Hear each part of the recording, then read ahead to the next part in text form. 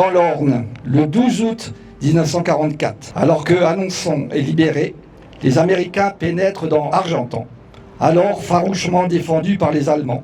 Le lendemain, les troupes de la 2e DB tentent une percée dans la ville, mais sont stoppées par la même résistance. Après une semaine de combats violents, et face à l'intensité des bombardements d'artillerie, les forces allemandes finissent par se retirer dans la nuit du 19 au 20 août, laissant Argentan libéré mais dévasté.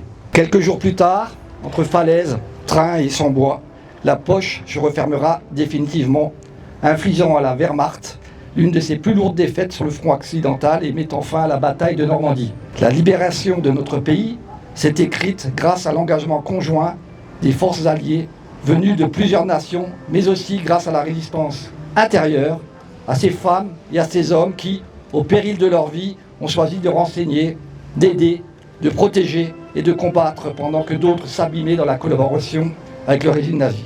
C'est à ces soldats américains, à l'ensemble des nations alliées, à ces résistants que nous rendons hommage aujourd'hui.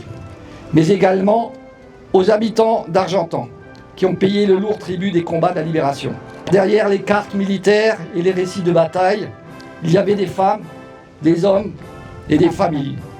La libération fut une victoire militaire, mais elle fut aussi, pour les populations civiles, le commencement d'un long chemin de reconstruction.